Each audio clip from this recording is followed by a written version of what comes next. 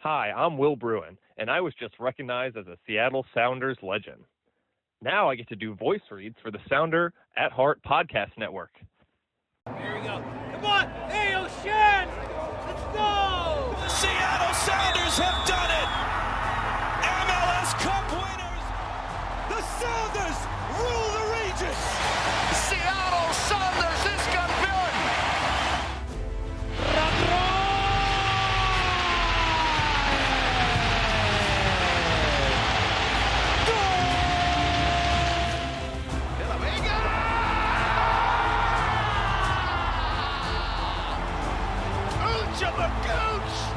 All creatures great and small. Rothrock going to collect it. He does just about. Runs into the advertising awning. Low to our left. Ball goes in. Oh, what a cross! And what a goal! Where's my copy? I got a bunch of them in the car. I'll get you some. You're handing them out for free already. How many cost on them? $50. I'll definitely give you.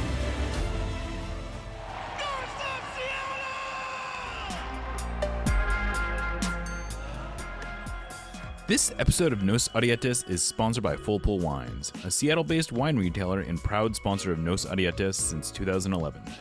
Full Pull was founded in 2009, is based in Seattle, and is owned and operated by longtime Sounders supporters. They offer the best boutique wines of the world to members of their mailing list, with special focus on their home, the Pacific Northwest. Welcome back to another episode of Nos Arietes on the Sounder at Heart Podcast Network. I am Jeremiah O'Shan. It is Friday. I am joined at the Sounder at Heart offices in the International District of Seattle by the one and only Niko Moreno. Going to be doing what we learned this week, Niko. We got a lot. We got a lot this week.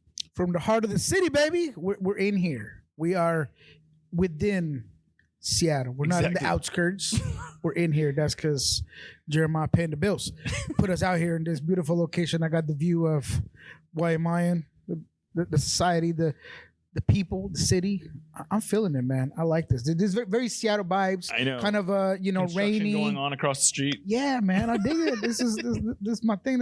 Bogota right here, man. I'm like the city. It's my stuff, man. But yeah, we did learn a lot. There's maybe we learned too much this week. We learned more than we even should learn about, and I think this is gonna be a fun episode. So if you guys are listening out there, thank you first of all. But buckle in, get your popcorn ready, and enjoy the show. Well, you served it up, so we might as well just start going right off the top ropes. This week was a lot happened, but let's just start at the thing that I think most people that are online, at least, are talking about, and that is that Sounders center back Ryan Saylor was spotted at the White House for Inter Miami's, or as some call them, Miami FC's, visit to the White House to celebrate MLS Cup. And, he was just in the background, kind of laughing and smiling as the president of the United States made jokes about invading sovereign nations and inappropriate celebrations and what other kind of stuff. On one hand, I don't know. He was on the team, so I guess he got invited to go, and he went. On the other, it seemed like he didn't really have to go. We asked Brian about it. Niko, what did you make of Brian's sort of response to the questions? I think Brian obviously prepped, and he's always going to be mindful of what he says. I think he, without a doubt, protect the player by giving him the prerogative to do what he did not wishes throw him to under do. the bus. Didn't throw him under the bus. Did not get political on it, which he also could have. He could have. But I think that the most acceptable, thing he could have criticized if there was a need to, or if he felt like he had to, would be that, he has been hurt. He's been injured. The commitment part of it is what I would, if I was a coach, be like, even if I'm not saying it to the press, maybe I'm thinking it like, okay, man, you haven't really played. You haven't trained. You haven't trained at all. You are under a regimen of this rehab, and for whatever reason, and I'm sure he understands that going to the White House is a once in a lifetime opportunity. The travel, the distraction, the days that he's off, whether it's 2 or 3, is kind of taking you away from the main objective, which everyone hopes that is getting you back on the field. And if that seems like expectation that's too high, then I don't know what we expect out of our, professional players sometimes, I guess, because this wasn't a family emergency. This wasn't something that he had to do. It wasn't a requirement. Again, I am totally okay with him having that right to celebrate with his former teammates, but I would feel, if I was a coach, some sort of way that you're kind of getting away from what we're doing here to go to do something a little bit more Hollywood, or if you will, or something that's not necessarily a necessity.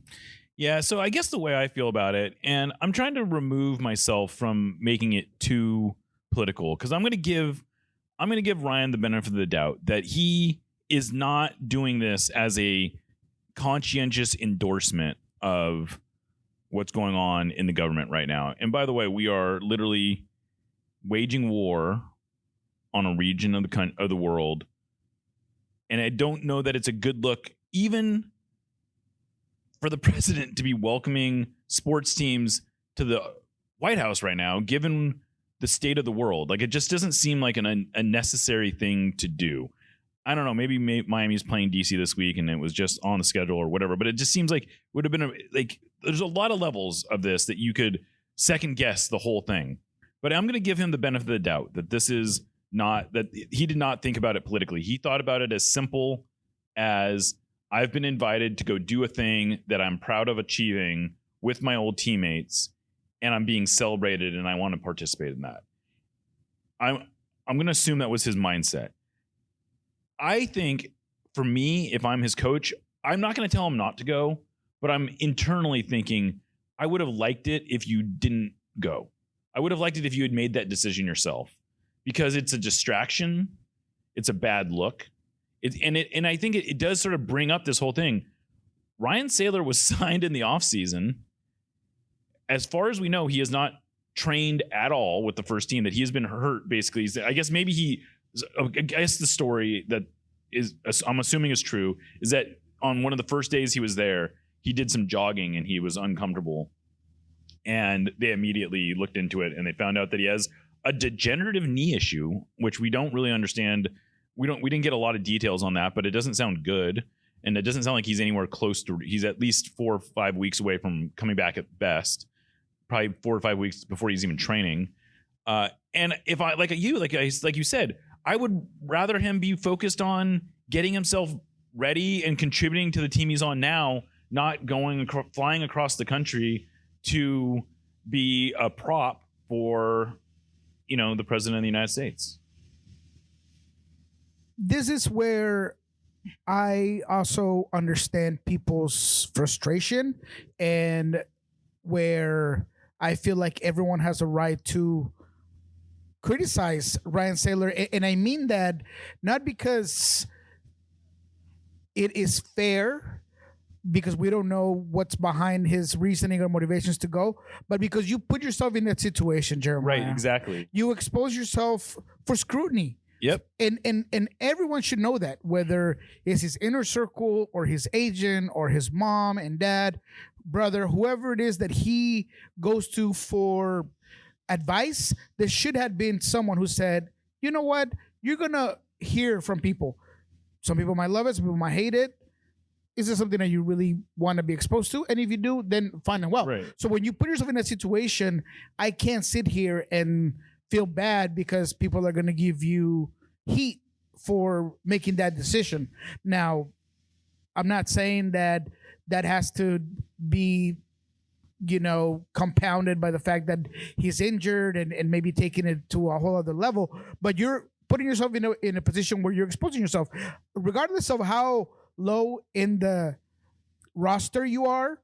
You're still a public figure, you're still an athlete, and you're going to be scrutinized no matter what. So by putting himself in that position, he decided to go there. Yeah. And let's talk about what really matters in terms of the acquisition, because you mentioned it, it's still not necessarily clear for me, but the reality, something was missed. Something was missed. Whether not checking or was avoided, he clearly had an existing knee issue that was not brought to the Sounders' attention until he was already signed and ready to start playing. Maybe if he wasn't your fifth option at center back and a domestic non-cap type of move, right, you might be making a bigger deal out of it. There's no lemon rule when it comes to getting players. I've checked. But the reality is that you could probably have done something differently, and maybe those medicals might have been more stringent, or you might have done your due diligence a little bit tighter. But the optics are still not great, Jeremiah. I mean, for all of the heat that I usually try to contain when it comes to people's ideas about the scouting for the Sounders and them being the type of club that tries to take advantage of situations where players are either hurt or on their way out of clubs or whatever that might be, you're kind of feeding to the narrative. Right. And that just looks bad. Now, again, I have all of the confidence in the scouting department. I think they do a phenomenal job, but I do think that things get missed. And this one, clearly, that's what happened. And if people are going to be frustrated by it and criticize it, then it's fair, because something just didn't go right when it came to the Ryan Sailor acquisition. Now, I have heard on my own terms from people close to Inter Miami and people who know this player way before he even came to MLS. I had not heard great things. And so I wasn't necessarily on board with things, but I do give the scouting department, especially Sean Henderson, the benefit of the doubt that they have particular skills in Ryan Sailor that they felt that were interested enough to take a swing at it and to bring him in as a depth piece for this situation. Now, so we can conclude this, because I do want to go back to the whole White House thing. I don't want to leave it where we left it. I will say that this is a bigger deal than it is. I mean, the injury, because Kim Kee-Hee is hurt. Right. Because Stuart Hawkins is hurt, because you're clearly dealing with a situation where now is it Tino Lopez? Do you go outside and get an international player that is not going to be available for 3 or 4 weeks between the paperwork, the move? If you get a experienced MLS guy within domestically, then when those young players that you want to see play are here, now there's going to be another block for their minutes to be had. So it's a difficult situation in general, but let's conclude on the Ryan Sailor visit to the White House, because I think that there's more to be said, perhaps. I mean, I don't know how much more there is to be said. I think again, it brings up, what it does is it brings a lot of this injury stuff back to the forefront, is that it calls attention to all these other things. And these are maybe things that we have conveniently ignored up until now. And if I am going to give the Sounders the benefit, I think if I'm going to give the Sounders some benefit of the doubt, it's that Ryan Sailor was maybe their fifth option, and that they had expected Stuart Hawkins and Kim Kee-Hee to be taking these minutes. And so maybe it's on, it's like there's some frustration to be pointed at them for not, being fit here. And that's, that's unfortunate. It's, Stuart Hawkins, it's not his fault that he got hurt. It's not Kim Kee-Hee's fault he's got hurt. But Kim Kee-Hee was a player who was injured at the end of last year, and there was some concern about his health. And, maybe they should have been a little bit more skeptical of re-signing him. Even at the league veteran minimum, it all goes back to the same thing as Ryan Sailor. Yes, he's your fifth option, but he's still a guy in your roster, and you don't want guys that you can't even put on the field. You need bodies. You need healthy bodies. I mean, that's like the bare minimum bar for you having players in your roster. So it is a difficult situation. And I will say this when it comes to the optics of Ryan Saylor at the White House. No matter what, and no matter which way you see it, like you mentioned, there was no need for him to be there. Had he not gone, nobody would have. No one would have noticed. No one would have known, because it looked like finding Waldo on a picture. Because I had heard that he was there, and I looked at some photos, and he wasn't really there. And then finally, Franco Panizo put like a close up, and then that's where I saw it. So when you're making that much of an effort to go and be there, and I will let it be known, I have been in the United States for a long time, since 2000, and this is the first time that I find myself so conflicted with where I am, because I always felt like I was moving from a country that the government typically does what's best for them and not for the people, and I always felt like I came to this place where there was this all checks and balances and this justice and stuff, and this is the first time where I feel like there's a lot going on where it hits me differently. So I can understand people feeling really passionate about one of their players being in the White House representing, even if it's by default, because he hasn't really played for the Sounders, but themselves in there. So I have no problem with people being upset about it. And I just hope that this was an experience worth the headaches for Ryan Saylor, and that when he comes back ready to work and focus on objective number one, which is getting some minutes, getting healthy. And I'll just add this. I think it's kind of a funny little note. I don't know this for certain, but best I can tell, I think Inter Miami might be the first MLS team that Donald Trump welcomed to the White House. I don't know that he had ever had. I don't know if because he, for sure, the Sounders never went in 20. I guess that's probably not true. I would imagine during his first term, there must have been some. But the Sounders never went in 20 after they won in 2019. And I think the Crew were the next team to go in 2024, and that was to Biden. And so MLS teams just are not normally invited to the White House, which is kind of like it hasn't been that way, especially since COVID.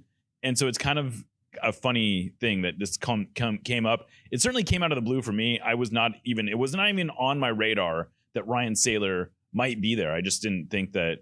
Why would he go? Why are they inviting bottom of the roster players from last year's team? In some ways, I guess that's cool for Miami to invite him. That's a great point. You know what? The fact that he was in the chat group. Exactly. In the group chat or exactly. in the thread of emails, whatever happened there. I mean, it is, I guess, cool that a guy that didn't really do much was I mean, there. he barely played. I mean, I'm not trying to make fun of him, but he didn't really play a lot for them last year. The last time he played for them a lot was pre-Martino. Yeah, because you mentioned this, like, what was Sinclair there, right? People had. I mean, that's was wondering. I mean, that's Yeah, I mean, there's a whole mess to go with that, but it does sort of illustrate. It does bring up this whole injury situation that is surrounding the Sounders, and like we said, Kim Kee-Hee is out. It looks like the good news on Kee-Hee. There was some good news on Kim Kee-Hee. I did not hear the interview that Brian Schmetzer gave to KJR earlier this week, but apparently he made it sound like Kim had a really significant setback and that he might be out for a while. Turns out he might be back as early as next week, that it was a much more minor setback than they originally thought. And so Kim may be closer to returning. And then Stu Hawkins is probably still, 3 weeks out or so. And then we'll see. But the other injury situation that is coming up here is what seemed like their deepest position was so deep that it was almost like, what are they going to do with all these players? Was winger.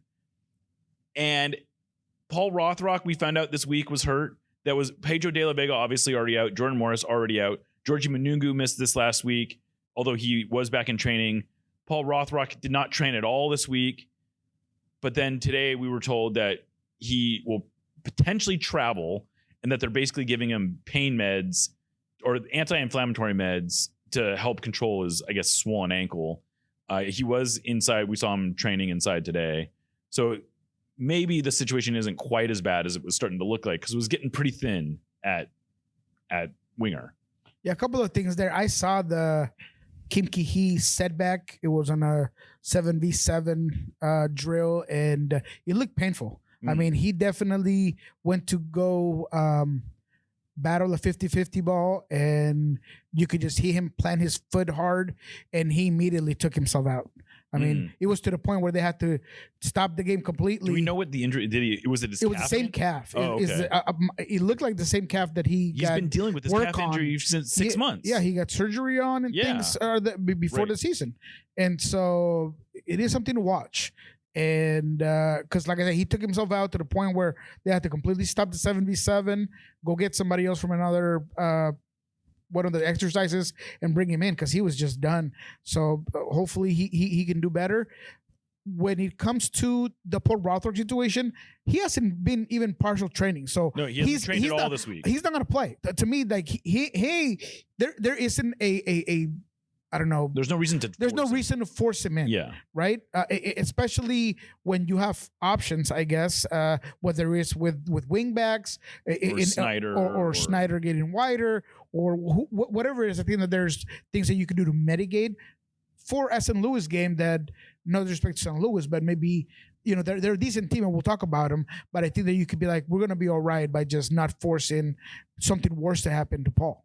Right, exactly. And on that same token, Georgi Minoungou was all in for training the last 2 days, I think. He looked good. He looked really, really good. I want to. They were doing these finishing drills. I want to say he scored on every single attempt that he took. I mean, he was just lights out on this finishing drill. Now, he does not look like he's going to start, but he does look like he'll be available off the bench. If they can get him fit and ready to go, he's in case you didn't know, he has a small fracture on his foot. Brian went out of his way to point out that a bunch of different doctors have looked at it, that they've had scans on it, and that it's not in danger of getting worse, and it's basically a pain tolerance issue. And I will say that very happily that Georgie did not look like he was in any pain or discomfort today and was dancing around and looking very happy. So that is one positive injury bit. Yeah, he left a little earlier yesterday. He just didn't do part of certain 11B11 work, but at the same time, today he looked great. He did the whole full practice. He's been bending the crap out of the ball. Yeah, he's looked really good there. I mean, the whole day before they were working on volleys and just one touch type of shooting. But today when he came to cutting inside that plastic defender and then just curving the ball, he was killing it. Yeah, he would. I mean, just bending it every single time. He's a fun player. If he can get going, that would put a lot of, I think, emotions at ease, calm things down a little bit. The other player that is probably worth watching this week is Snyder Brunell, just because it looks like he might get an extended run out.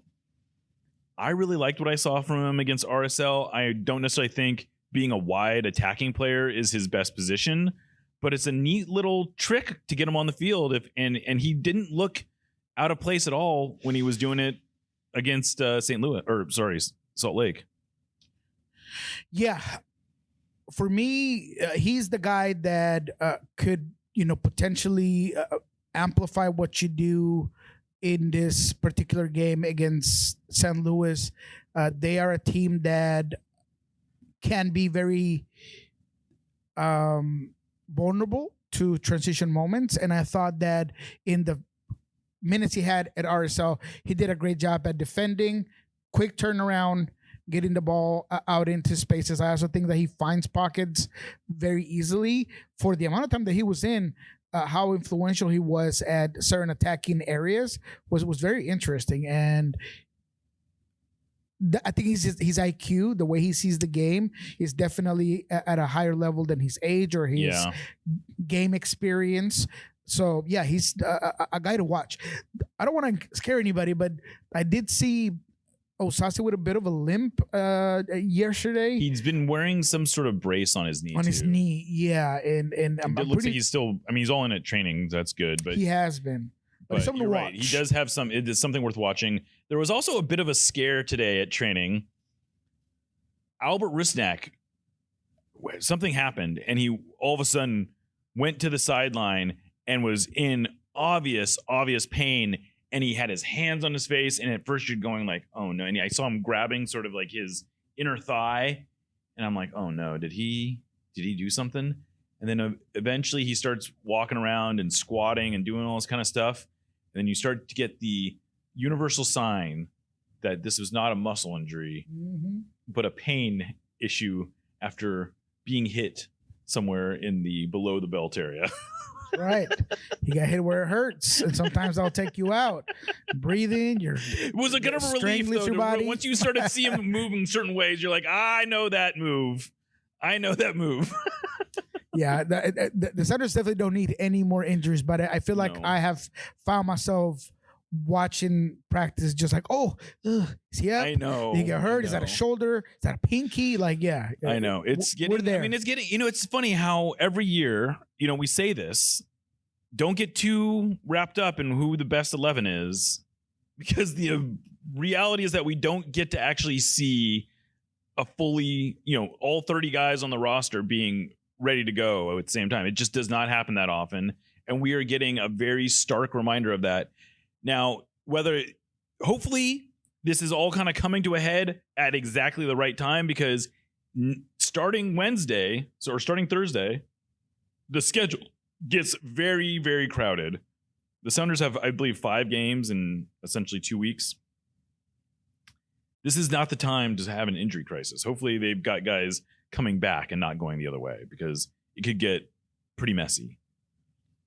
Yes, and for specific positions, I mean, you might as well just bubble wrap both Yamar and Jackson as you travel anywhere. I mean, put him, with TSA or somewhere else. I don't know. But you want to take care of these guys, because that's the last thing you need. I do worry a little bit about the striker position. If something was to happen to the Rosario, maybe you're forced to play Ferreira up there. If Danny Musovski obviously being the number 1, but then later you could do maybe a Jesus. But there are some areas that you don't want to take any hits on. Yeah, I would totally agree. They can ill afford any more injuries. Well, I think we're going to take a little bit of a break. We're going to come back, talk about this GAM information that just got released by the league. We're going to do a preview of St. Louis City FC. You're listening to Nos Audietes on the Sounder at Heart Podcast Network. Sounder at Heart has been around in one form or another since 2009. In 2026, though, we make a pretty significant evolution when we go analog. Yes, that's right. In the year of our Lord 2026, we are publishing a real-life magazine. We're calling this thing 4, as in Sounder at Heart 4.0, but we're stylizing it as IV because we absolutely love Roman numeral. And if you want to refer to it as IV, that's cool too. The first issue has a comic book style cover that was hand-drawn by local artist Kevin Newbern. Features by Tim Foss, Susie Rance, and Charlie Boehm, a statistical deep dive by Kat Bush, a Q&A with Brian Schmetzer, a column by G. Willow Wilson, and photographs by Noah Reif, Max Aquino, Mike Russell, and Jane Dershowitz. I could not possibly be more proud of the work everyone put into making this, and I think you're going to absolutely love it. If you'd like to get your hands on one of these limited edition copies, we're currently selling them for $15 on our website. Get yours now. Nos Audietes, admittedly, is not exactly known for our spicy takes, but that doesn't mean we want our food to be mild. Spice up your life with Hacks and Ferments.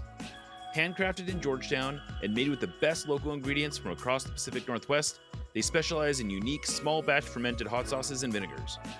Hacks and Ferments brings bold flavors and natural fermentation together for something truly special.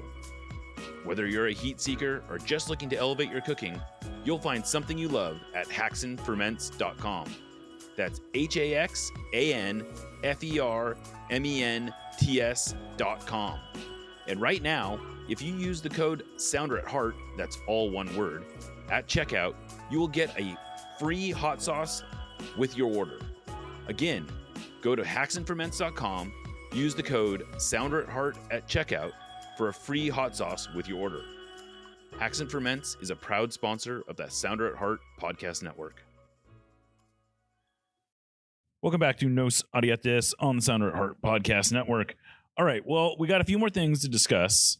Let's do one more news item, and that is League's Cup schedule came out this week, and we had heard that there was going to be some games in Mexico. We didn't know how those games would be decided. It turns out that Toluca, who is the 2-time reigning Liga MX champion, is going to host 2 games. Tigres is going to host 1 game, and America is going to host 1 game. And as luck would have it, the Sounders will be the first ever MLS team to play a road game in Mexico in Leagues Cup when they face Toluca on August 5th. That is a doozy of a matchup for the Sounders. Toluca, in case you don't know, is at like 8,900 feet above sea level. It is basically in the Mexico City metroplex, kind of a outside of the core of Mexico City, but it's kind of part of the greater Mexico City area. Toluca is supposed to be a great town, but they have a really, really good soccer team, as evidenced by their 2-time reigning champion titles there. But this is certainly turns the Sounders' path to defending Leagues Cup into a much more complicated task. They'll come back after that game. They'll play Querétaro on August 9th, I believe, a home game. Querétaro is not a particularly good team right now. And then they close out at home against Chivas. I believe this is the second time they'll have played Chivas in a competitive match at home. They did play Chivas back in 2010 in a friendly in which ECS was boycotting. And I think a lot of people remember that Chivas fans basically took over the stadium for that game. I don't think that's what's going to happen in this one, but it could be a really good crowd. What do you make of this draw, Niko? I believe the Sounders got a tough one, as they usually do when it comes to certain tournaments.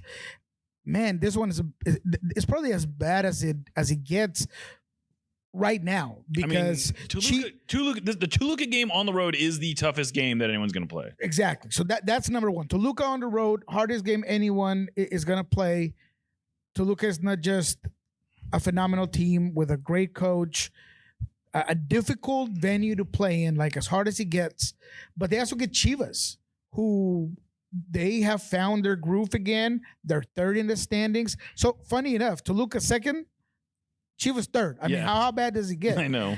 So this is going to be difficult for sure. I'm curious to see how Brian's going to manage some of those matchups, especially the one away on Toluca. I've heard mixed things about acclimating to elevation. So I don't know. I think that there's a lot of interesting components to this. Chivas, they do travel hard, man.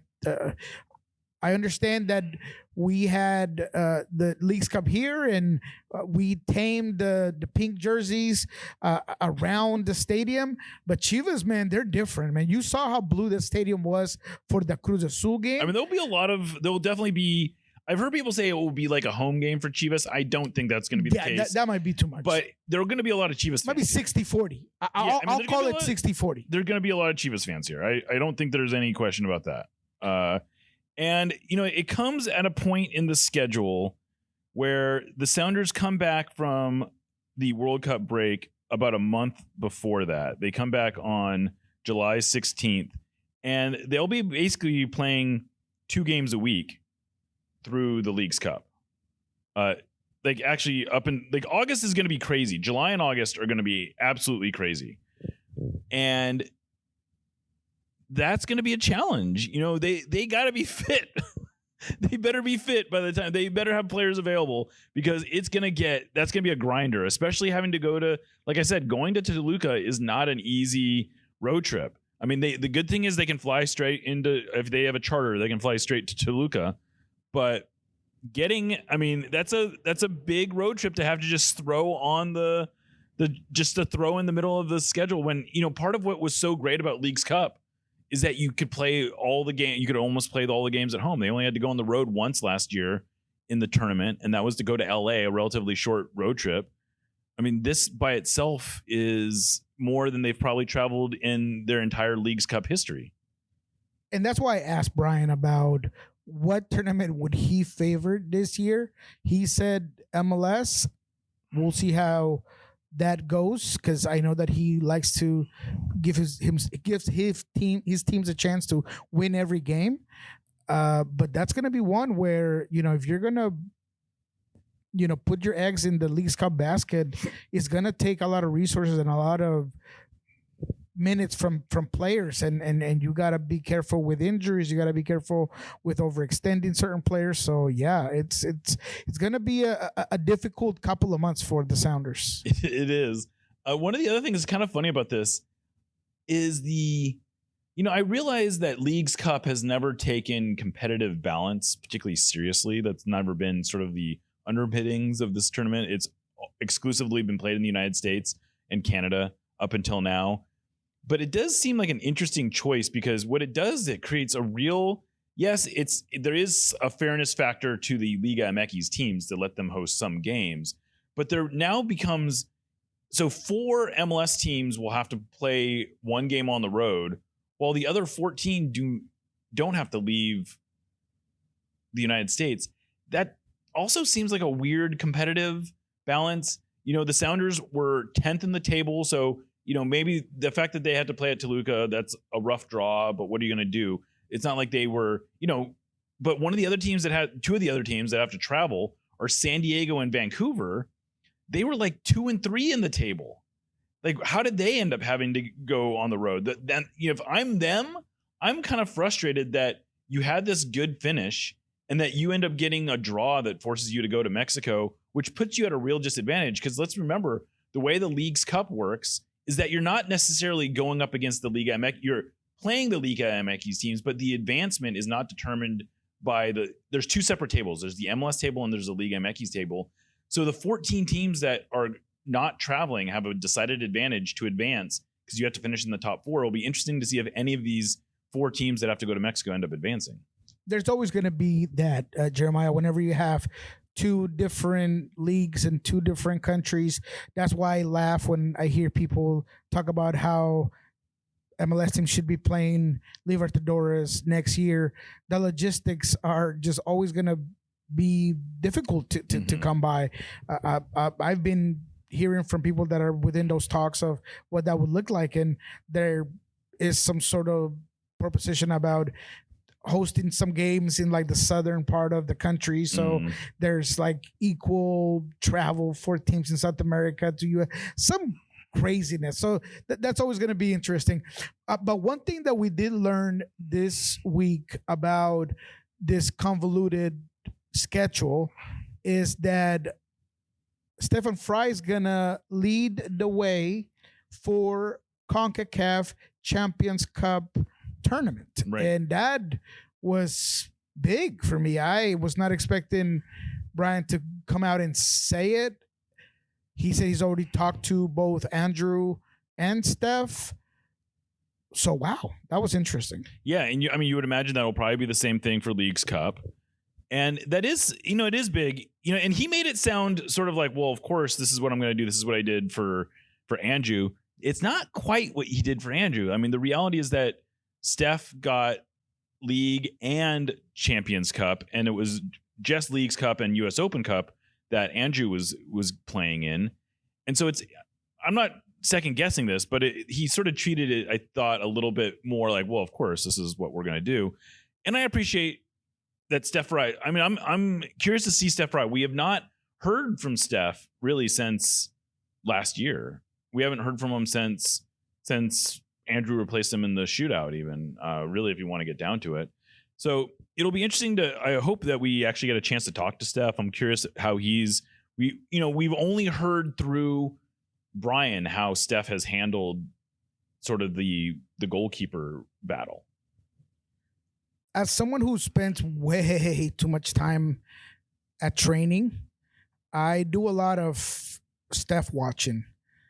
And although I would agree that he has lost a step or two when it comes to, shot stopping and his explosiveness to get from one end to the other, he's still such a good goalkeeper. There was a couple of saves this week that only he could make. There was one where Alex Roldan gets a turnover on a 7v7, by the way. So he's like right in front of goal, and he tries to fake Steph into beating himself so he could easily chip it over, but he knows what's coming, so he waits and is patient. And as he kind of leans his body down, finally Alex tries to chip him and he just hits it. There's just a certain level of intelligence that goes with how Stefan Frei approaches the game. There was a big save off of a header from De Rosario that I thought was great. He stopped a huge shot from Jesus Ferreira in the exact same exercise. I mean, the guy can still goalkeep. I mean, he keeps his body right. He continues to have a lot of those X factors that a goalkeeper has, yelling, directing traffic, do this. Him and Nuhu get into it a whole bunch of times. I mean, he really is still the same stuff, just leading by example, leading with his words. So I'm curious to see how he performs. And I will, this is maybe a little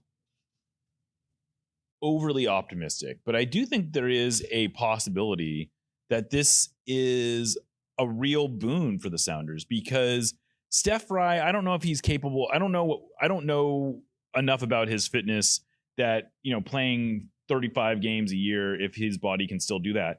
But if he can still play, 8 to 10 games a year at a really high level, maybe he's even better in these smaller windows than he would be, than he was last year. And he was still a good goalkeeper last year. So I think this is a smart move by the Sounders. I think, like I said, I think Brian underplayed it a little bit, but I think it makes sense and it could be good. And I'm excited to see how Steph looks.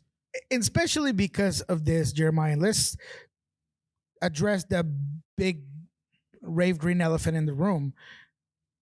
Last year, you were doing it because you're giving the time to the next guy up, the guy who was clearly the younger, fitter guy. Now you're putting the responsibility on Stefan Frei, that by all accounts we absolutely love and we respect dearly, but he's definitely not somebody fighting the number one position. He's the clear number two. Right. So if things go sideways, there is room for criticism. Yeah. So I praise Brian on the decision. It takes a lot of, to cojones, you know what I mean? To really put yourself out there and be like, this is the decision I'm making. Yeah. I'm sticking to it.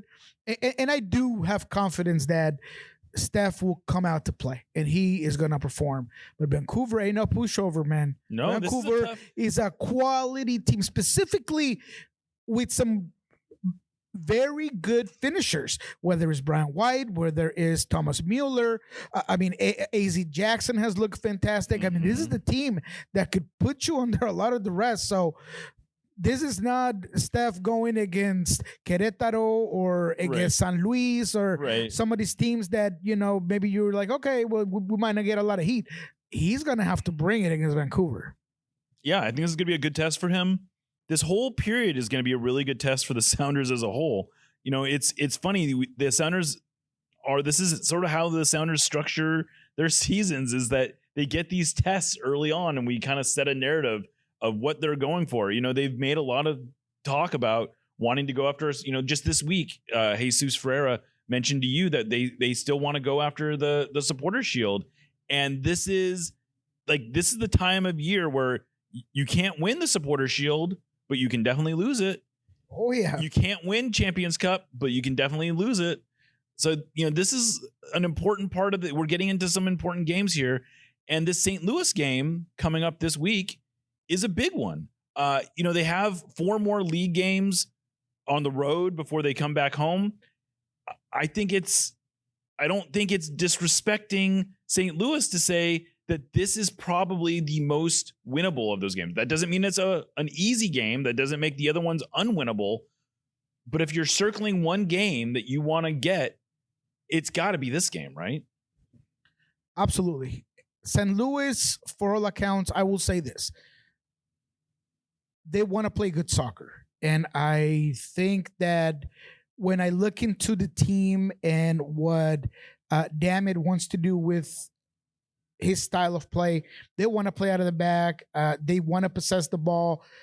They had moments against San Diego. Look, San Diego they could be the best team in the Western Conference. Like watching them play, just the eye test. They're so good. They're the best team in possession without a doubt. Mm-hmm. They're so sound defensively. And there was a point where it could have been 1-1. Batcher misses a sitter in front of goal, but there's a nice passing sequence. I really like what Durkin and Daniel Edelman do in midfield for them. They depend a lot of them to really control the tempo, create those moments of distribution. I do think that this is going to be a game where if you're not careful in transition, if you're not careful in moments where maybe they are going to go from playing short, long and hit you direct in certain moments, you can find yourself in some problems. Clearly, they have a phenomenal goalkeeper that likes to go long, that has a very good ability to do that. So there's going to be some tests for Seattle, but you're right. When it's all said and done, the Sounders are the clear favorite. They have the responsibility to win this game. And I would think that out of the games coming up, it is the easiest one simply because of where it falls on the calendar. Exactly. If for no other reason than this is the game where they're on full rest. They're not going to be on full rest for most of these other games. I don't know if they're going to be on full rest for any of them. I guess there's one that comes after the international break, but I think that's also Minnesota, which is probably the toughest on paper opponent that they play during this stretch. And this is just a game. I think if they have aspirations of winning or finishing high in the Western Conference, this is the kind of game where you got to win some road games, and this is one of those ones that they gotta think they can win. And it looks like lineup wise, it's not going to be their best lineup, but I don't think they're doing any rotation really. Like this seems to be the game where they're gonna go into it with the idea of let's try to get points here, and then we'll see how it looks. We'll see how we come out of it, and then we'll put the best lineup we can for Vancouver. But they're going into this game not assuming that not rotating. Right. And I'm not sure how, some of the necessities to, let's say, add Snyder Burnell in combination to the pivots that you already have, how that's going to work right off the bat. It worked with RSL because it's later in the game. Yeah. You're chasing it. RSL was kind of dropping deep. So I'm curious of how they're going to set it up. Is it going to be a 3-4-2-1, which will kind of mirror what St. Louis gives you? Mm-hmm. Is it going to be more of a traditional 4-2-3-1? And is it Bernal going to be the wing, or are you going to do something else? There are some very interesting components to this, and how many minutes players get in this one, not just because of the midway game, but also because you have a guy like Paul Arriola that could only give you X amount of minutes. I think Alex Roldan has played way too many minutes. He's a Roldan. I get it. He's a Roldan. But still, I'd be careful with him. You got to figure they're going to look for a way to get him off the field. Like Kalani Costa-Rienzi, you figure is going to get some minutes coming up. You got to figure Paul Arriola is in for some minutes. You got to figure Georgi Minoungou is in for some minutes. Obviously, Danny Masovsky, this is during this stretch of games, you got to figure he's going to get a start or two. You can maybe get Petkovic some more minutes in the midfield. So there's some options in there, but they have to be picky. And I think, again, like the best lineup they have right now is probably going to be going against St. Louis, and we'll see how that goes. The Sounders have had some success at St. Louis. The game that they lost there last year, I believe, was the first time they'd lost to St. Louis. That was a 1-0 game, kind of a weird game where they gave up a free kick on I remember it was a poor giveaway by Jackson Reagan, and then he had to commit a foul, and they scored on a free kick. And then the Sounders couldn't find their own goal. So this is a place they've had some success. They don't have a lot of history there. But, I think it sets up well. I mean, if they can get this win, it looks a lot different than if they don't get this win, then all of a sudden they're looking at potentially a rough start to the season. Yeah, and I will say this about St. Louis. There are some pieces that are still trying to be figured out. I think Mamadou Falk started this one. He was on the bench. He's a player that was very good with LAFC. Mm-hmm. He was out broad with Barcelona. He is obviously back. It's going to be interesting how they handle the left side. I like Rafael Santos, but when Pompeo came into the field. He did give him a little bit more of a deeper thread on that left side. Hartle is the guy that I would watch. What is his status necessarily for this one? It would be very interesting as well, because he is without a doubt the player that would concern me the most. But he hasn't been playing. It's been mainly interesting. Jong Sung Bin. Yeah. The guy from Minnesota. He was at Minnesota. Yes, before. there you go. And he played a little wing back. He played a little winger. Him and Betcher have their moments. I think Toucher is a good guy coming off the bench. Nice spark plug for him. He had a very good attempt at just taking on everybody and the defense against San Diego. He takes on like 3 people like in the 88th minute. He shoots it. It's not very hard, and Sargent gets it out of the line. I'm talking about he was about to cross the line. So, they have some moments.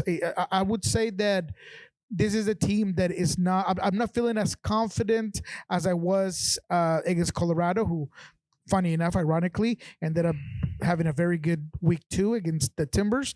But this one, I think it has some elements that could make it a closer game than people may think. Yeah, by no means is this a win, a game where the Sounders should dominate. I just think it's relative to the rest of the schedule, a game that they should be taking seriously, should be really looking at it as a potential win. And hopefully, moving on from there. Set pieces, Jeremiah. For me, set pieces. That is something. So the Sounders, believe it or not, in that RSL game, they were dangerous on set pieces. They were, yeah. I mean, they didn't. They only scored 1. They only scored 1, which that's what happens with set pieces. Yeah. But they were dangerous. They were getting at absolutely. the end of them, and I do believe that if there is one thing, clearly, Obed Vargas is a much better, or it feels like he's a more transcending generational type player than Hassani Dotson. But Hassani's aerial game is pretty good, man. I've been watching him this week, and he got ups, and he really strikes the ball with some pace with headers. I think him and Yama are going to be very interesting to watch in this game in set pieces, because they were close against RSL. I feel like they'll be able to take some advantage of some moments at San Luis with set pieces. Absolutely. Well, a couple more things before we get out of here. One of them is the GAM totals for each team were released by MLS today. And I think a lot of people were surprised at how much money the Sounders were showing up as having available. Now, theoretically, what this number is illustrating is how much money each team has left after becoming roster compliant. So meaning that as of February 20th, they needed to be roster compliant, meaning they had to, the money they were going to use had to get used. And the Sounders, according to this, only have about $250,000 of GAM left, which is not very much money. But there's a caveat there, a rather large caveat. And from what we can tell, the money that they got from transfers has not yet hit their books.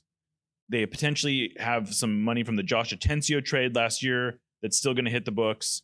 So their picture is a little more positive than it may appear based on that document. I know people don't like to hear this, but if anything, Craig and the Sounders have been very smart about the use of GAM. Mm-hmm. They haven't, and of roster compliance. They had, you don't want to be like LAG where they got 0 GAM right now. Right. They had to ship players out.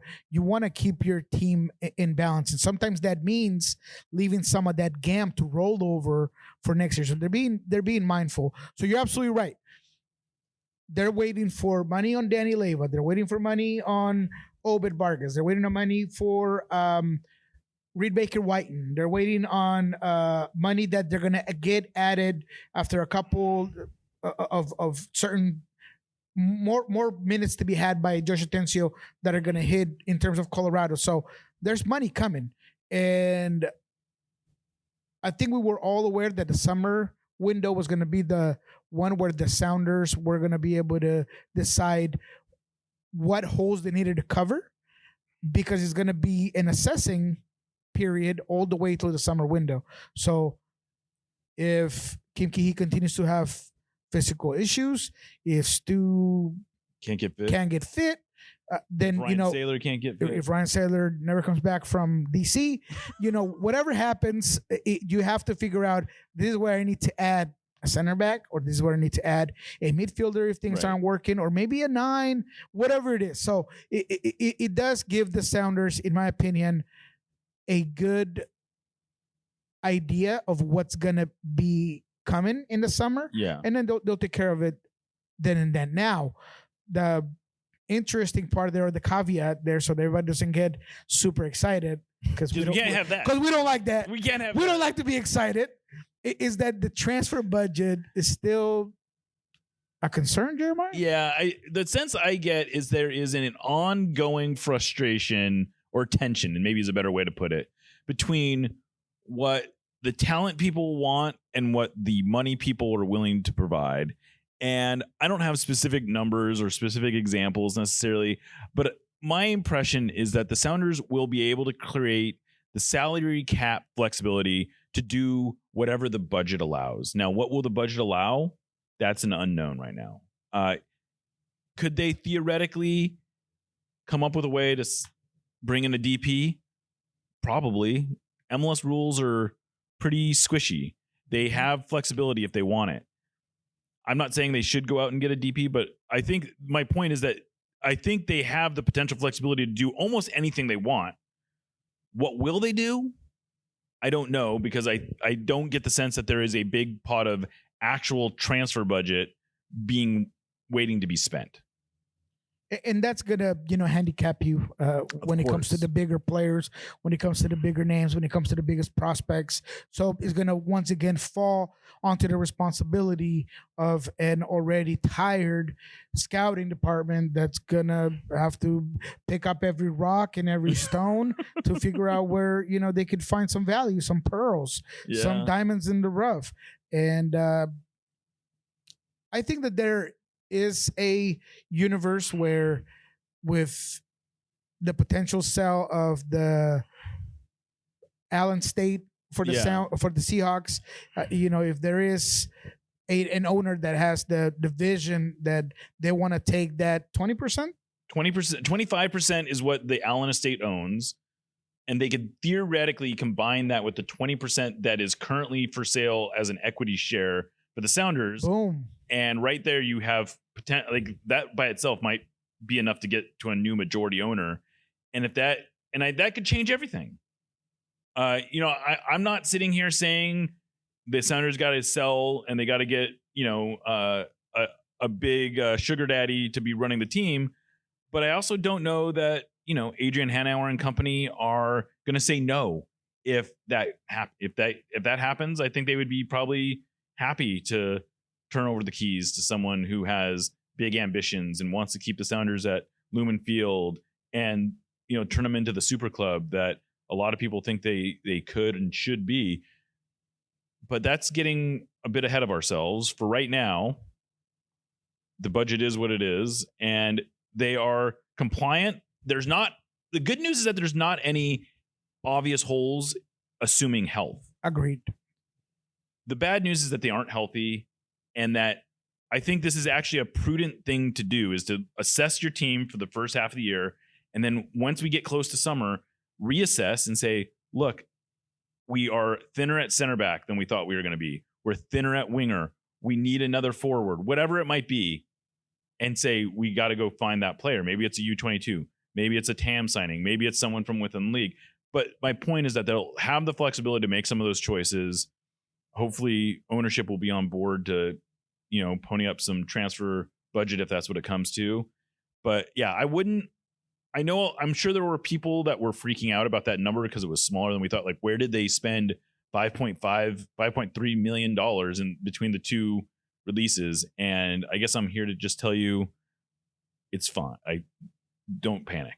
Yeah, and if you are wondering where that money went, that money went to getting the affairs for Hassani Dotson, the Nuhu getting extended, Danny Wasowski, Alex Roldan, and then a few other. I feel like there was a couple other signings, but yeah, I mean, they had to. I mean, that was also money that was not accounted for from rolling over either. Like they were already over the budget, right? So and that also it goes into Paul Rothrock's extension, all of that stuff. Yeah, exactly. I mean, it's all there, and it didn't just disappear. It didn't just disappear, correct? But I understand the questions, and that's why I brought it up, because I did hear a lot of people confused. Where'd this go? What happened? We thought we had a lot of money, and when we don't. No, I had somebody tell me, did they buy down Jordan Morris? Like, no. They did not buy down Jordan Morris. I keep hearing that from everybody. They did not buy down Jordan Morris. They did not. Can't happen. They did not buy down Jordan Morris. Yeah. And by the way, in case this has not been repeated enough, Jordan Morris cannot be bought down. He is over the threshold that allows him to be bought down. So even if the Sounders wanted to buy him down, that is not how it works. They could not do that. All three Sounders DPs currently are above the threshold. Just to sort of get this out of the way, if they were to open up, since I mentioned the DP thing, I guess I should explain this. The only way that they could open up a DP spot is if they re-signed one of their three guys at a number that brought it below the $1.8 million and change. And as of right now, there's no indications that they are. I'm just saying they potentially could if they wanted to, but they would have to commit more long-term money to any of those players in order to do that. But they are getting a DP, Jeremiah. They're getting a DP. They're getting a DP in May, because Pedro de la Vega will be back. Exactly. In May. So it's like a new DP. There you go. He's coming back. Funny story about that is that I am hearing that he is either ahead or right on schedule. We saw him yesterday on Thursday out there doing a lot of some pretty I wouldn't call it just cardiovascular work. He was doing some real high intense resistance and other type of work. So I mean, you can't question his motivation to get back. I think if anyone wants to prove his worth, it's Pedro. I mean, I love him when he's healthy. I love his whole mentality. I love how engaged he's trying to remain with the team. I'm really, I'm still bullish on his ability to contribute to this team. Yeah, and I think he will. And I think it'll be right off the bat. Obviously, for you guys that might have forgotten, that it was a bone injury. So bone injury, as long as that bone heals, you're ready to go. It's all about just keeping the muscles around all equally strengthened, and that's what he was doing yesterday, a lot of strength and conditioning. So I do think that he's ahead of time, so that's going to be interesting how that works out, because he does give you that X factor. He does give you that other guy that's edgy, that's different, that's going to amplify everything that you do. So there are brighter days ahead there, Jeremiah. All right, well, before we get out of here, a couple sort of housekeeping notes. One is that you have an interview with João Paulo coming up next week. It's a video interview, part of your Coach's Corner series. You are doing more interviews this year than you've done in the past, which is great. Where a lot of those are going on video, and sort of more broadly, we are going to be leaning more into the lobbing, putting more of our stuff into the Lobbing Squirters channel. There's going to be an announcement probably pretty soon related to that. But it's a good interview with JP that you did. And it's a reminder to try to get out to some Defiance games. They play fun games. JP is out there. Anything you want to share about your JP interview before as a teaser? That you have to hear it, because there is something endearing about someone who's so true to themselves and so committed to his profession. Probably the biggest teaser is that he felt like he didn't get to say goodbye to the fans, and you're wondering, but JP, you're still here. But he said, no, I'm no longer here. JP, the player, is gone. Yeah. And he didn't get to say goodbye. So we talked to him about that, and it's just so just heartwarming. I mean, I just love the guy, the way in which he talks about this adaptation, this transition, things as simple as some hobbies that he picked up, because now he has some extra energy. Yeah, You know, he said not time. He said, you know, I feel like my days are longer as a coach, but he's just energy wise. You know, he's got just a different, you know, level. He needs that competition. He needs that drive. So you got to listen to it. I absolutely love it.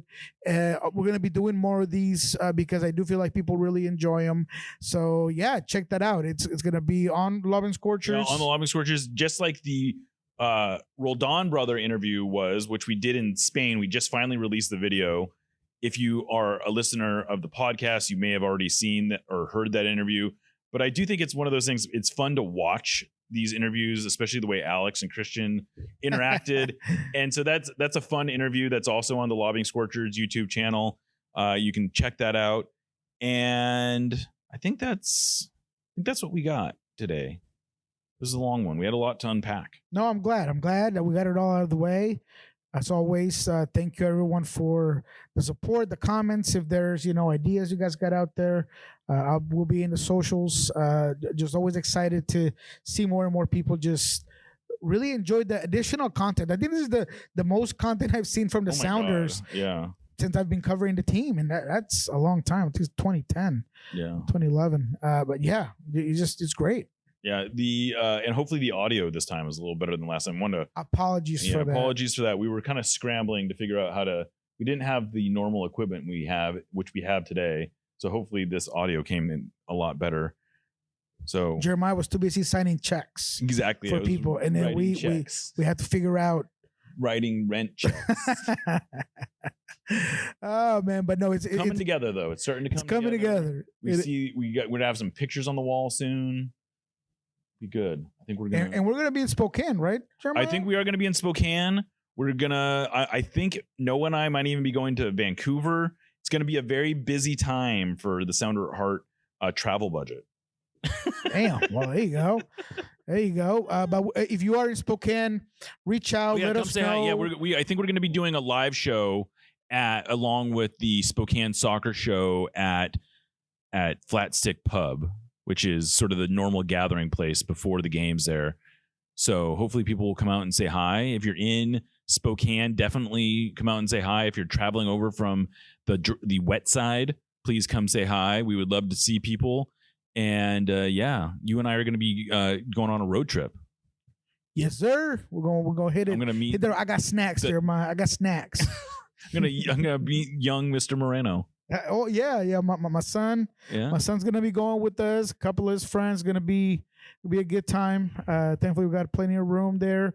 But yeah, I'm excited. I'm excited to just see it all, see the atmosphere, the people that are gonna be out there. The guys seem to be, excited about just some kind of different. I mean, doing it as a one-off, I think it's easy to get excited about. One-off, yes. If it had to be multiple times throughout the year, you'd be like, what are we doing here? Well, you guys got to close the year in Spokane. Exactly. All right. Well, hopefully we have some good weather. But with that said, we're going to get out of here. I'm Jeremiah Oshan signing off for Niko Moreno. This is Nos Audietes, part of the Sounder at Heart podcast network. And we will catch you next time.